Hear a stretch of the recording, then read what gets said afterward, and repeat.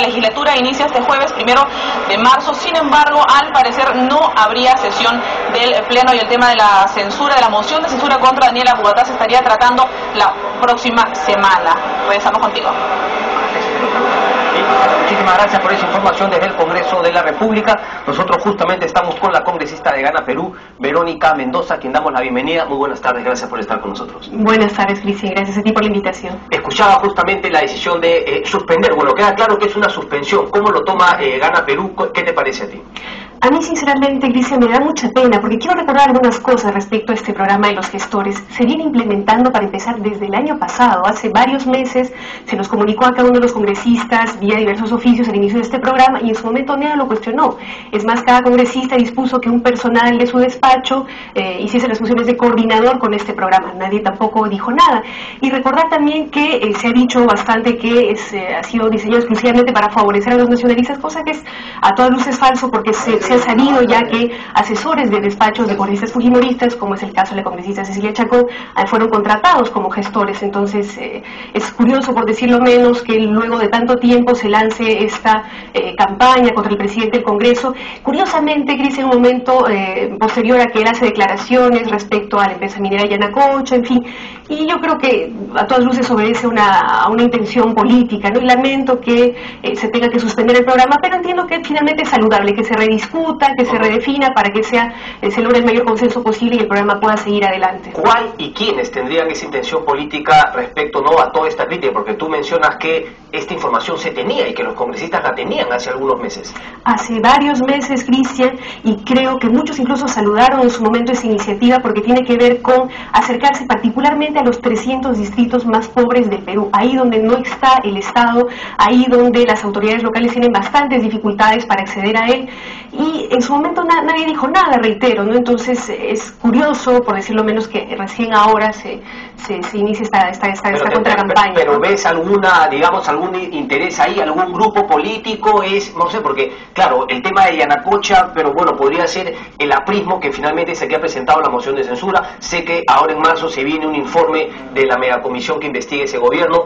Lo dices, pero no ves nada ahí concreto, no sabrías a dónde señalar el dedo. La clara intención es la de deslegitimar a Gana Perú y particularmente al presidente del Congreso, en este caso, que ha tenido un accionar hasta ahora bastante saludable para el Congreso, y yo creo que se ha venido sucediendo una suerte de contracampaña contra varios congresistas del nacionalismo, y ahora pues le tocaba su turno a Daniela Bugatá, ¿no? Pero yo creo que él va a salir airoso de esto porque no va a haber mayores cuestionamientos. Esto va a caminar. A muchos de los que han impulsado este pedido de censura, de alguna manera lo que quieren es, o lo que dicen querer, es que el presidente del Congreso baje al llano y explique mejor cosas que según ellos pues no explicó en su momento. ¿Te parece que por ahí vendría el tema? Es decir, no hay una intención de censura, sino de bajar al señor Bugatá. ¿Te parece que ha buscado consensos o ha tenido sí una posición un tanto radical en algunos momentos?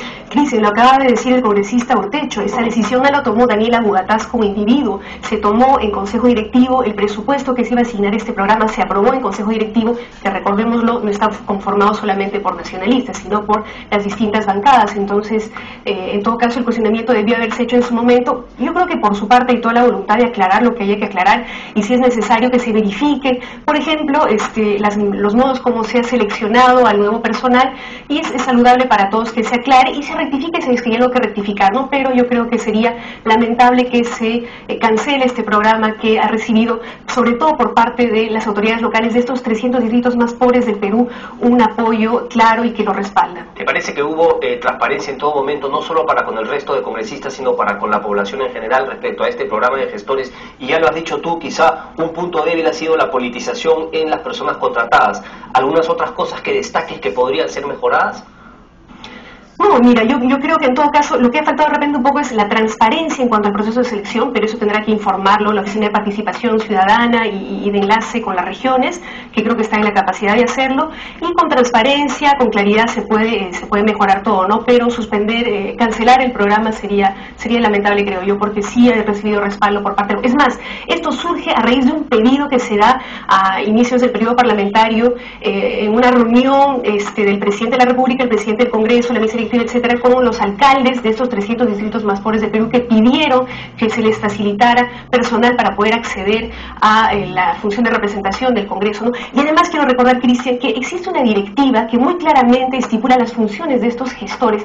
Quizás ahí también fue un pequeño error, quizás no se les debía llamar gestores, sino más bien facilitadores, ¿no? Porque la directiva establece con claridad que su función es ir directamente a estas localidades, recoger directamente sus demandas, sus preocupaciones, sus pedidos, para trasladarlas a los respectivos despachos congresales a través de los coordinadores nombrados por cada congresista. Entonces, de repente lo que ha faltado sí es aclarar funciones y aclarar el proceso de selección. Yo creo que superadas, digamos, estas falencias, entre comillas, el programa debería continuar.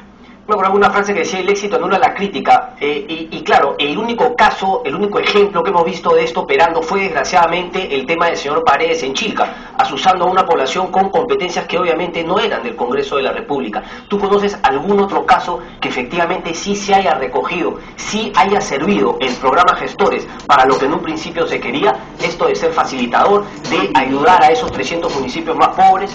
A ver, primero, el caso del señor Paredes ya ha sido resuelto con la sanción respectiva, por decirlo así. Segundo, el caso del señor Paredes no tenía absolutamente nada que ver con el programa de los gestores, era una gestión totalmente aparte. Y tercero, el programa recién se está implementando y nuestros coordinadores de cada despacho han tenido reuniones con algunos de estos gestores donde se ha visto, donde se está priorizando en la agenda las problemáticas que se están recogiendo de los distintos gobiernos locales. Particularmente yo no tengo conocimiento detallado porque eso está en proceso recién, pero yo creo que es necesario impulsarlo justamente para ver los resultados. Veamos primero los resultados. Si fracasa, seremos los primeros en decir, bueno, esto ya no va. De esos 300 municipios, por ejemplo, ¿hay alguno que se encuentre en la región que tú representas? ¿En Cusco has tenido acercamiento con alguno de esos alcaldes que piden la ayuda del Congreso y por qué no se la piden al Ejecutivo?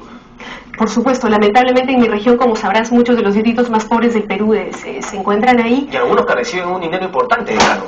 No necesariamente todos. No, existe la ilusión de que todo el Cusco está favorecido por algunos sí de esos más pobres reciben un canon. Entonces, ¿qué se puede hacer ahí? Porque finalmente el Congreso tiene la potestad de plantear soluciones de fondo a través de legislación. ¿Qué se hace ahí también? Claro, a través de la legislación, pero también tenemos una función de representación, Cristian. Y yo creo que actualmente son las funciones más importantes que le competen al Congreso. Además, considerando, digamos, el desprestigio que tiene el Congreso por el alejamiento que ha tenido de la población. Y creo que es importante reacercarnos a las poblaciones que representamos y tratar de ayudar a canalizar sus pedidos, sus demandas, que es cierto, muchas veces tienen que ver con cosas que le competen al Ejecutivo, pero es nuestra labor como representantes de esas regiones trasladarlas al Ejecutivo, y eso no es de ninguna manera irregular ni se están usurpando funciones. Nuestra función de representación lo establece. Yo creo que es saludable y necesario. Tú no tienes idea, Cristian, de la cantidad de autoridades locales que llegan incluso hasta Lima desde el Cusco para pedir apoyo en algunas gestiones, que no es, digamos, la función principal del congresista, pero que sí es de gran importancia y que no se puede descuidar. Yo quería ver temas ya que hablamos de finalmente una de las tareas fundamentales del Congreso y del congresista es legislar. Yo justamente revisaba tu blog y veía un tema importante de ordenamiento territorial, de que entiendo estás trabajando sobre ese tema. ¿Qué estás viendo efectivamente y qué tan avanzado está, por ejemplo, en tu región Cusco, un ordenamiento territorial y un planeamiento también de actividades económicas? Sí, ahí, por ejemplo, hemos trabajado en dos ámbitos, ¿no? Justamente en la función de representación, coordinando con el gobierno regional del Cusco para ver los avances en cuanto a la zonificación económica, ecológica, que pueda concluir en un ordenamiento territorial de la región Cusco, concertada entre los gobiernos locales, gobierno regional y las poblaciones locales, para que sea el Cusco en buena cuenta que tenga voz, que pueda decir a qué quiere que se destine su territorio principalmente, si es la actividad minera, es la actividad agropecuaria, la actividad turística, etcétera, y no sea pues como se ha venido haciendo hasta ahora, Cristian, que es prácticamente exclusivamente el Ejecutivo Nacional que impone de manera a veces arbitraria, inconsulta, proyectos de inversión que le caen pues como un balde de agua fría a los gobiernos regionales, locales y a la propia población, ¿no? Que finalmente pues lo cual termina generando un conflicto social. La solución podría ser adelantarse al Ejecutivo y decir, señores, aquí está nuestro plan y no solamente para la región Cusco, sino también hay proyectos macroregionales que incluyen a Purímac, etcétera, etcétera. Exactamente, pero eso hay peleas, más bien. Está en construcción efectivamente, y ese es un proceso que hay que impulsar desde el Congreso, desde el Ejecutivo, y que tiene que darse de manera rápida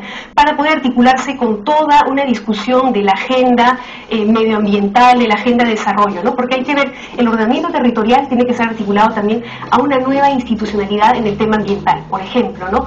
Que ha sido bastante descuidada en los últimos años. Ahora, también responde al hecho de que el Ministerio del Ambiente sea relativamente joven, ¿no? Entonces, recién, digamos, está en proceso de consolidación, y ahí hay que apuntar para fortalecer esta institucionalidad ambiental para que, por ejemplo, Cristian, estos famosos estudios de impacto ambiental que tanto conflicto, tanta desconfianza están generando, sean lo más confiables y legítimos y rigurosos posible, ¿no? Y a esto no está ayudando la actual legislación. ¿Por qué? Por ejemplo, ¿no?